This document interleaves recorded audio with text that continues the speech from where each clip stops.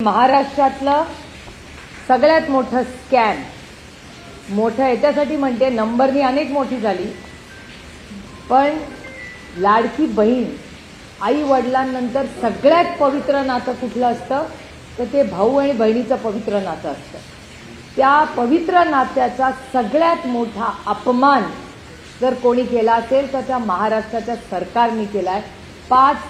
4,800 कोटी रुपयाचा घोटाळा स्कॅम आहे हा, आणि याची इन्क्वायरी याच्यासाठी एक 3 गोष्टी केल्या पाहिजेत। एक तातडीने एक व्हाईट पेपर, या सगळ्याचं ऑडिट आणि याचं इन्व्हेस्टिगेशन झालं पाहिजे।